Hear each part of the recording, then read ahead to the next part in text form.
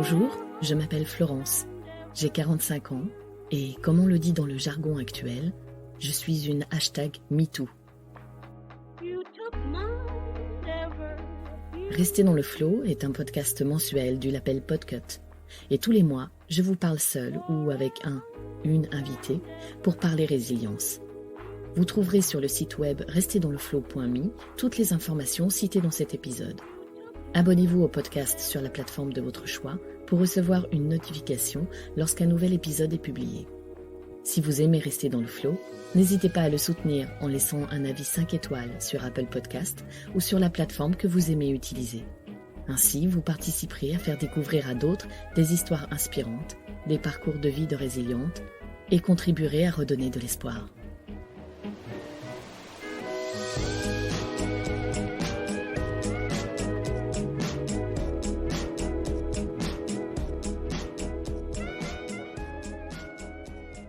À votre avis, combien de femmes et d'hommes en France déclarent avoir subi des violences sexuelles ?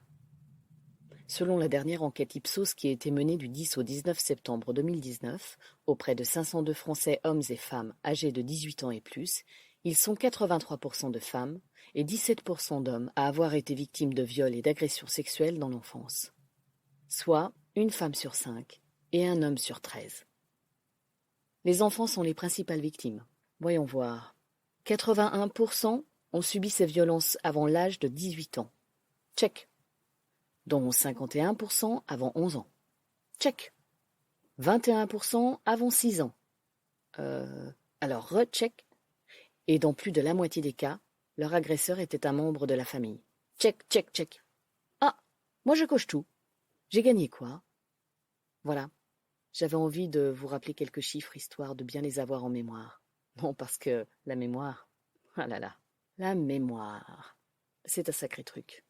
Oui, c'est quelques chiffres pour que vous sachiez et que vous gardiez en mémoire de quel point partent les survivantes et les survivants. De quel état ils partent pour ensuite construire leur moi, construire leur vie, se construire personnellement, socialement, mais aussi professionnellement, afin d'arriver jusqu'à cet état dans lequel je me trouve aujourd'hui, celui d'une résiliente, celui d'une femme qui a dépassé tout cela, d'une femme qui n'est plus dans la survie, mais dans la vie. Pour cela, il faut bien garder en mémoire tous ces chiffres qui sont ceux de bien des personnes qui vous entourent et dont, au final, vous ne savez rien. Quand on est résiliente, on a de quoi être fier, car je peux vous assurer que la société dans laquelle nous vivons ne nous épargne pas. Et peut-être que le chemin du changement sera encore long, mais il était temps que nous prenions la parole pour dire combien nous savons vivre, combien nous savons surmonter et combien nous n'avons de leçons à recevoir de personne. Aussi combien il est important d'encourager les autres. Vous savez, toutes celles et tous ceux qui vous entourent et qui peut-être font partie de ces chiffres.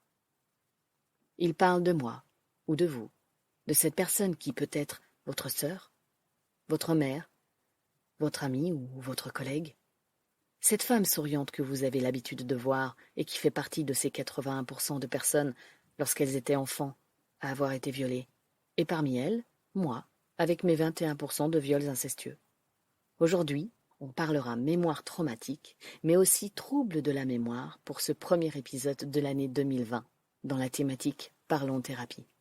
Allez, on y va.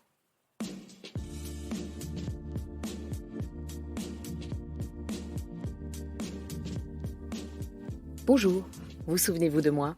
Oui, bien sûr que vous vous souvenez. La dernière émission n'est pas si vieille que cela. Moins d'un mois et pourtant appartenant déjà à l'année dernière. Donc, une nouvelle année est là et je suis toujours présente parmi vous pour parler de résilience, de ma résilience. Et sur le chemin de cette résilience, souvent, j'ai dû faire d'énormes efforts au sujet de ma mémoire. Qu'est-ce que représente la mémoire ? Ce terme, mémoire, vous fait-il d'abord penser à la mémoire du passé, d'un passé spécifique, d'un passé traumatisant ? Ou plutôt d'un passé somme toute banal et de la mémoire elle-même, cette mémoire dont nous nous servons au quotidien. Quand je repense à l'enfant puis à l'ado que j'étais, le premier souvenir qui me vient en tête, ce sont mes problèmes de mémoire. Pourquoi ?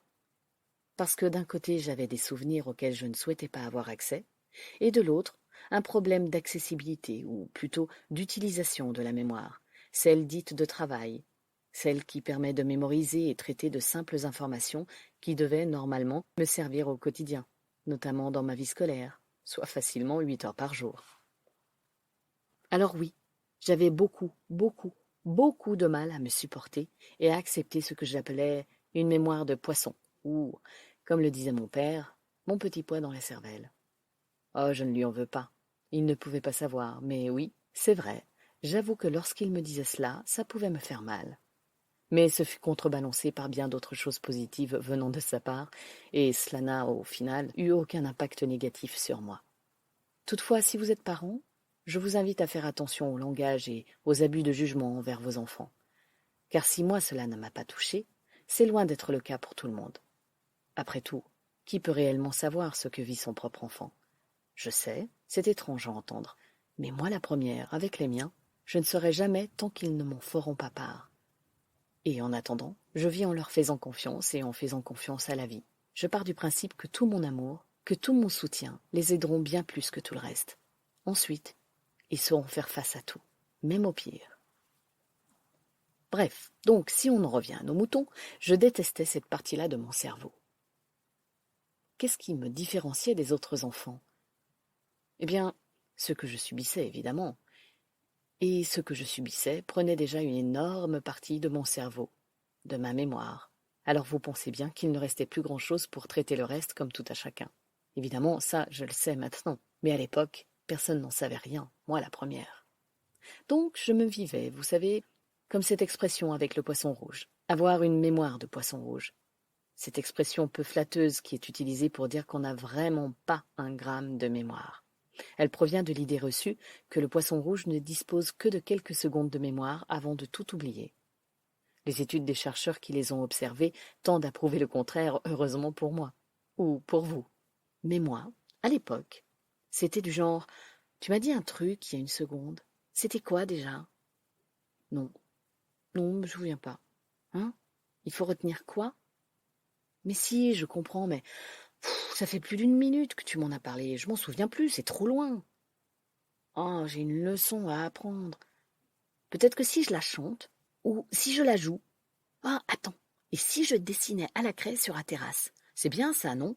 Si je mime ou si je dessine en grand ma carte de géo, je suis sûre que je retiendrai mieux.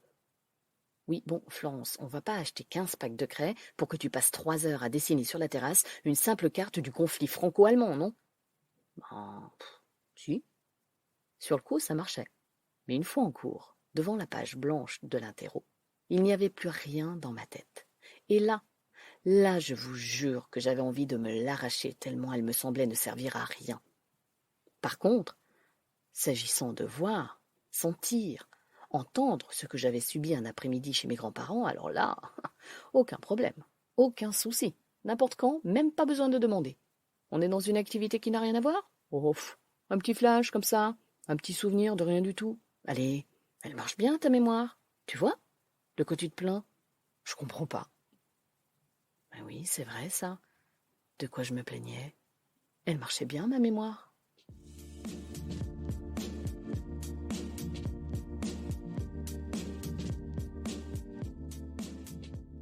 Je vais vous parler un peu de cette fameuse mémoire traumatique, pour que tout à chacun comprenne bien de quoi on parle.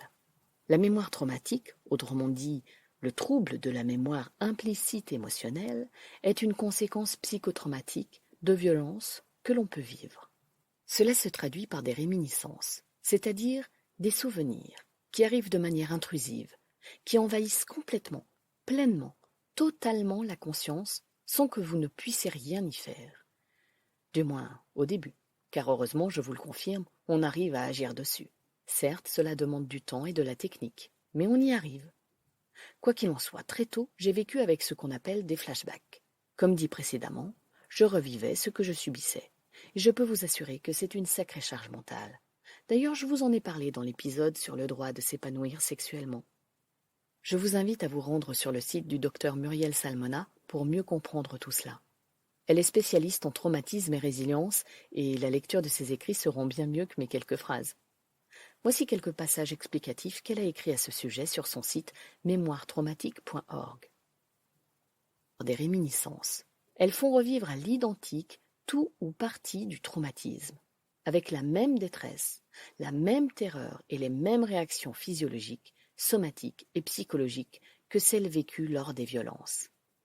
Cette mémoire traumatique s'apparente à une bombe prête à se déclencher à tout moment, transformant la vie en un terrain miné, nécessitant une hypervigilance et une mise en place de stratégies d'évitement et de contrôle épuisants et handicapants. Bon, je vous l'accorde, tout ça n'est pas hyper encourageant à entendre. Et pourtant, cette foutue mémoire traumatique, je m'en suis sortie. Alors pourquoi pas vous ? Oui, je sais, ce n'est pas si simple que cela, et comme d'autres, j'aurais très bien pu basculer dans des comportements à risque, me droguer, voire, je ne sais pas, déclencher un trouble de la personnalité. Mais ça n'a pas été le cas. Quid de cette fameuse mémoire dont je parlais au début ? Cette mémoire de travail qui me faisait défaut. Il y a la mémoire sémantique, la mémoire épisodique, la mémoire procédurale et la mémoire perceptive. La mémoire de travail, ou autrement dit la mémoire à court terme, est la mémoire du présent. Elle permet de manipuler et de retenir des informations pendant la réalisation d'une tâche ou d'une activité. Cette mémoire est sollicitée en permanence. C'est elle qui permet par exemple de retenir un numéro de téléphone le temps de le noter. Elle utilise une boucle phonologique, c'est-à-dire répétition mentale, qui retient les informations entendues, et ou un calepin visio-spatial, qui conserve les images mentales. Clairement, je fonctionne avec le calepin. Les images, c'est mon truc. Je retiens et vois tout en images. Elle fonctionne comme une mémoire tampon. Les informations qu'elle véhicule peuvent être rapidement effacées ou stockées dans la mémoire à long terme par le biais d'interactions spécifiques entre le système de mémoire de travail et la mémoire à long terme. Vous pourrez en lire plus sur le sujet sur le site de l'INSERM dans le dossier mémoire. Donc, chez moi, cette mémoire de travail déconne pas mal. Alors, je vous passe la mémoire procédurale, c'est celle des automatismes, du genre pour conduire, marcher, faire du vélo, jouer de la musique sans avoir à réapprendre à chaque fois. Là, pour le coup, c'est bon, je suis forte, ça fonctionne. En même temps, cela ne m'étonne pas. C'est celle qui est particulièrement sollicitée chez les artistes ou les sportifs, pour acquérir des procédures parfaites et atteindre l'excellence. La preuve, si vous entendez cette voix et que vous l'appréciez, c'est parce qu'en réalité, j'ai commencé très tôt le théâtre et que j'ai des automatismes, même sans avoir rien fait pendant plus de 20 ans. La respiration, la place de la voix, des pauses, des temps, du rythme, etc. Ah, vous voyez, on peut avoir une super mémoire, même quand on est d'anciens traumatisés, si on crée. D'ailleurs, je vous l'ai déjà dit, mais je vous encourage vivement à le faire. Parce que les processus effectués de façon implicite, c'est-à-dire inconsciente, bref, ces automatismes dont les mouvements se font sans contrôle conscient et dont les circuits neuronaux sont automatisés, nous aident aussi à guérir, à nous guérir.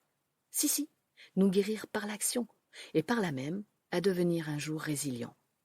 La résilience par l'action. La sublimation, c'est la création.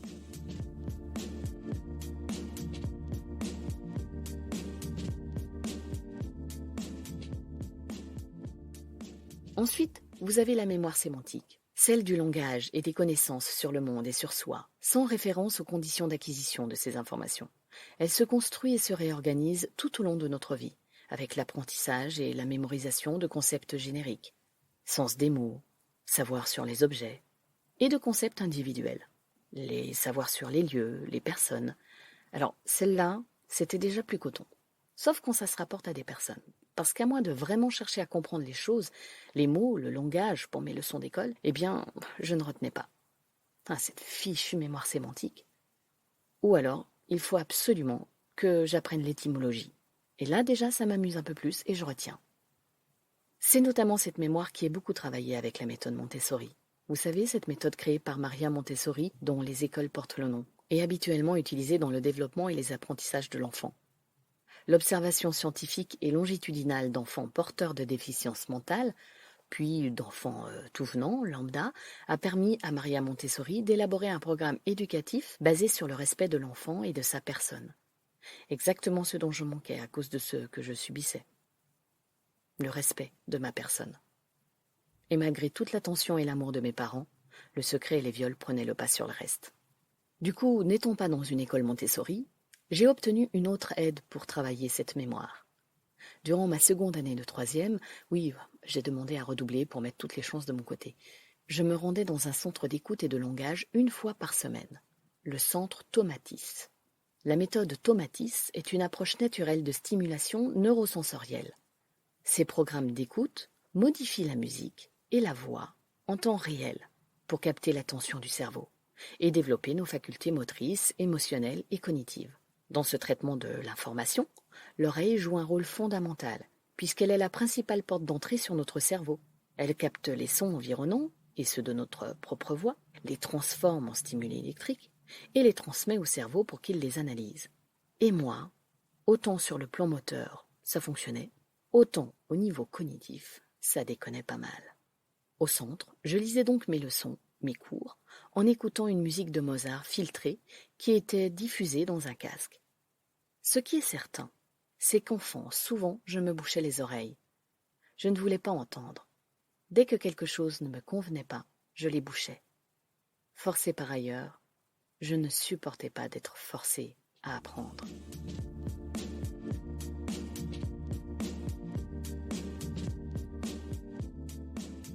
La mémoire épisodique, elle, est celle des moments personnellement vécus, événements autobiographiques, celle qui nous permet de nous situer dans le temps et l'espace, et ainsi de se projeter dans le futur. Raconter le souvenir de ces dernières vacances ou se projeter dans les prochaines font appel aux mêmes circuits cérébraux. Et là, ça devient intéressant. Vous allez voir pourquoi. La mémoire épisodique se situe entre les âges de 3 et 5 ans. Elle est étroitement imbriquée avec la mémoire sémantique. Progressivement, les détails précis de ces souvenirs se perdent, tandis que les traits communs à différents événements vécus favorisent leur amalgame et deviennent progressivement des connaissances tirées de leur contexte. Ainsi, la plupart des souvenirs épisodiques se transforment à terme en connaissances générales. Vous voyez, mes connaissances générales se sont constituées d'une drôle de manière au vu de ce que je subissais déjà entre ces deux âges. Or, s'il y a une chose que j'ai toujours fait aussi bien ado que jeune adulte, et bien sûr encore plus une fois pleinement entré dans la vie active et sans jamais savoir que je le faisais, c'était d'utiliser cette mémoire épisodique aussi pour l'avenir. Cette mémoire pouvait me rappeler de mauvaises choses. Eh bien, je pouvais m'imaginer en vivre de mieux, même si ce n'était pas en me voyant au même âge, pour me construire, pour me reconstruire, et je n'en savais rien. D'ailleurs, je me demande si ce n'est pas ce qui est utilisé comme technique en hypnothérapie. Faire aussi appel à cette mémoire épisodique liée à la mémoire sémantique en écoutant les mots prononcés par le thérapeute et en rejouant des scènes avec mon grand-père telles que j'aurais voulu qu'elles soient, simples, gaies, où le temps de la sieste n'est rien d'autre que le temps de la sieste. Entre nous, je ne sais pas. Il faudra poser la question à un professionnel. Mais d'aussi loin que je me souvienne, bien avant la toute première thérapie, j'utilisais cette mémoire pour m'imaginer adulte, femme, grande, belle, intelligente. Par exemple, je me voyais dans un corps d'adulte, dans une belle robe de soirée, avec un dos nu, un chignon, alors que je n'avais pas 10 ans. Ça, je m'en souviens, parce que je me rappelle être dans la chambre, avec le lit à étage, celui dans lequel je me trouvais en imaginant cela. Alors, vous me direz maintenant que vous me connaissez, comment savoir si c'était bien mon imagination et un travail de mémoire, plutôt qu'une vision de l'avenir? Eh bien, jusqu'à preuve du contraire, je ne suis pas une personnalité publique et je n'ai jamais eu l'occasion de porter un dos nu. Je parle de personnalité publique parce que je m'imaginais être quelqu'un de connu. Enfin, la dernière mémoire, la mémoire perceptive, est celle qui s'appuie sur nos sens et fonctionne la plupart du temps à l'insu de l'individu. Elle permet de retenir des images ou des bruits sans s'en rendre compte. C'est elle qui permet à une personne de rentrer chez elle par habitude, grâce à des repères visuels. Cette mémoire permet de se souvenir des visages, des voix, des lieux. Et avec celle-là, je peux vous assurer que je suis plutôt fortiche. Enfin, quand je le veux. Mais elle peut être traître aussi. Par exemple, je pourrais reconnaître entre mille cette musique qui passait dans la chambre de mon grand-père. Il y avait une petite boîte à musique accrochée au mur et qui se déclenchait lorsqu'on tirait sur sa ficelle. J'adorais jouer avec. Et un jour, cette même musique fut utilisée dans un cours de neurologie, pendant mes études de psychologie, pour étudier les ondes alpha et bêta. Les images de viol sont revenues immédiatement. Ceci étant, j'avoue que je ne peux que constater que ma résilience était déjà bien entamée à cette époque, car je fus plus surprise que choquée. J'avais une chance sur 10 millions de tomber dessus, mais peu importe. Voilà toutes les mémoires utilisées chaque jour et qui peuvent pour certaines vous faire défaut. Elles sont aussi celles qui seront utilisées pour votre rémission, sur votre chemin vers la résilience. Et je peux vous assurer qu'on peut arriver à dépasser la mémoire traumatique. Parce que vous aussi, vous pouvez aller au-delà de ce manque de mémorisation et faire la nique à votre mémoire sémantique ou épisodique ou traumatique. Oui, vous pouvez croire en vous, car c'est par là que tout commencera. Ne vous battez pas toujours contre, mais pour vous. Et vous verrez, vous vivrez.